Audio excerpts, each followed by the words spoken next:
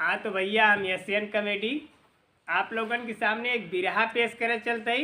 अच्छा लगे तो लाइक और कमेंट और शेयर जरूर करें। ललकी घंटी जरूर दबा देना। हाँ तो एक मेहरारू के शादी भाई नई नई है भाई। नहीं मेरा भाई हो। हाँ पढ़ल लिखल रहा लड़किया हो। एम ए कुल पास रहे हो। हाँ एम ए कुल कैले रहल। हाँ तब गई अपने घरे। तब आदमी के लगे आपन चलावे लगल भाई पढ़ा लिखा रहा ना। दोनों अपन काम चालू कर दे। हाँ तब तो भैया विराह के माध्यम से आप लोगन के सामने पेश करत है। हाँ फैशन में ऐसन आइल में हरिया ओ माई डियर गोरावेला। ससुर से बैठल गोड़ दबवावे ससुर से चूल्हे पोतवावेला।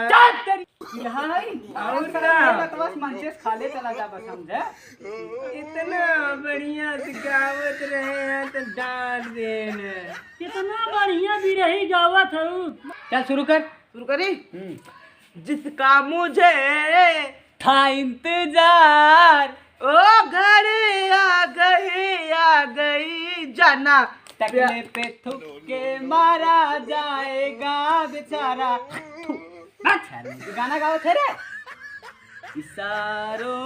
इशारों में दिल लेने वाले बताए हुनर तूने सीखा कहाँ से। निगाहों में जादू चलाना। भोजपुरी गाना गाओ था। भोजपुरी गाना कहने पूरा पब्लिक देखा था। यहाँ 50 साल पहले ये गाना सुना बैठा है। हमें मारत है पिछली सदी के सुनावत है का। थोड़ा जल्दी बाटे हमें कतौ जाए बाटे। कतौ ना जाए का गड़िया फाड़िया इनकर हुए सियावा जाए का आ ईसा हॉस्पिटल में। चलो सुना भैया भोजपुरी गाना अच्छा लगे तो जूता चप्पल निकाल के मारा, खराब लगे तो उसकी चला जाए। आला बाला खेला तानी तोहरा के संगवा कहवा दे बुरानी छोड़ के हम आके अकेला कहवा दे बुरानी छोड़ के हम अकेला। अरे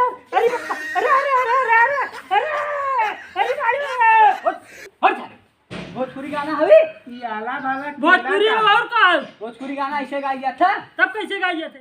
गरगौना गायक दिव्येश कुमार निषाद आप सबका ने विराम मुकाबला में हार्दिक स्वागत एवं अभिनंदन करते हैं। हमारा भोजपुरी गाना अरे तनिखा गौर से देखा बदल गई स्टाइल रे दैया। स्टाइल रे दैया बेलना पकड़े वाले हाथन में मोबाइल रे दैया। बेलना पकड़े वाले हाथों में मोबाइल रे दैया। बेलना पकड़ने वाले हाथों में मोबाइल रे दैया। अरे तनिखा गौर से देखा बदल गई स्टाइल रे दैया। स्टाइल रे दैया बेलना पकड़े वाले हाथों में मोबाइल रे दैया। याद करो जहिया कुमार रहलू करियवा से पहले हमार रहलू। गाना गावत यार गाना गावत है हमरे देख गा सकते थे। वाह पब्लिक में तो सामने गावा इना तोहरे ओरी गाय नहीं का ये करिए थइए है जट्ठा सारे ले रे करिवा सारे नहीं गा हेलो हमार माई बाबू तना बड़ा पैदा कर देना बच्चा कमर करियो करेगा कोयलावा काहे पर हां कोयलवा हां कोयलावा ठीक कोयला भैया गलती हुई है चला गावा। भौजी तो हके हंस बोले बतियावे के परी दिल कोयलो के साथ तोहरा लगावे के परी दिल तोहरो कोयलवा संगे लगावे के परी। करे दिल कोइलो संगे और दिल देवरो संगे लगावे के परी। अरे हम अपन नाम मिलावत है। अच्छा कोयला भैया तू गावा शुरू करा।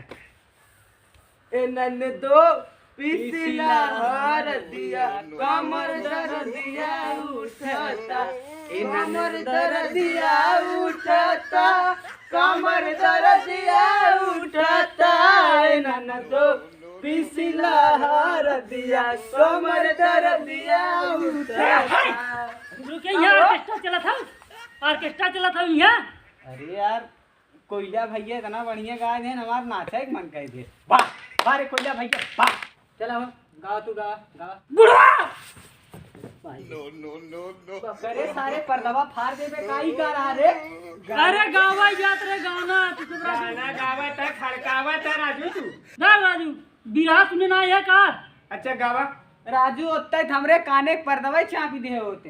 बुढ़वा मलाई खाला बुढ़िया खाला लपसी, बुढ़वा मलाई खाला बुढ़िया खाला लपसी, केहू से काम ना पतो ये पिए पे पसी, केहू से काम ना पतो ये पिए पे पसी, बुढ़वा मलाई खाला बुढ़िया खाला लपसी, बुढ़वा मलाई खाला बुढ़िया खाला लपसी। गजब गजब। ए भैया अब बहुत बढ़िया गाना सुनाओ चलते तुम्हें सबे के कि मर जाइब ससुरा तोहरा जाए से पहिले।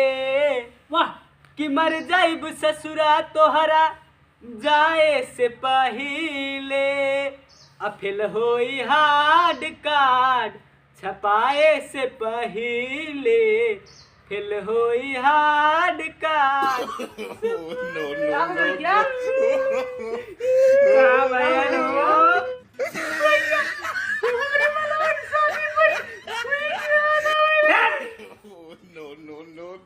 मनवा की याद आई है। चला पगला करा।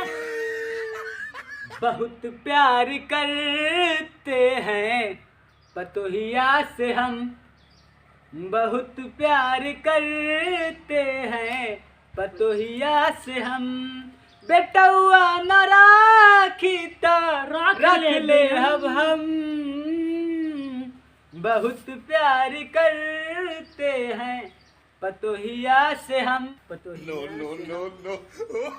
अरे देखत ना है पतोहिया चप्पल भाजे जाता। बुढ़वा देखा था पूरा खड़ा के बैठा है। पूरा बेइज्जती करा देना का। अजय विदावा खड़ा है देखा था गोजी। ए अच्छा बजियो सबेर हो गई यार।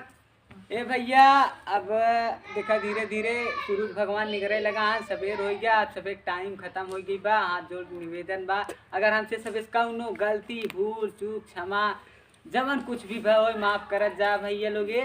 अब हम सब चाहत है कि हमें सबे की आप सब विदा करें। बहुत ठंडी लगत हो ना यही से। बहुत जड़ा था भैया जात जवाबत एक टोन मरवा दी थी केहू की तो हमें भमरावा के तोहरा संग जाई, के तोहरा संग जाई, भमरावा के तोहरा संग जाई। साइलेंट।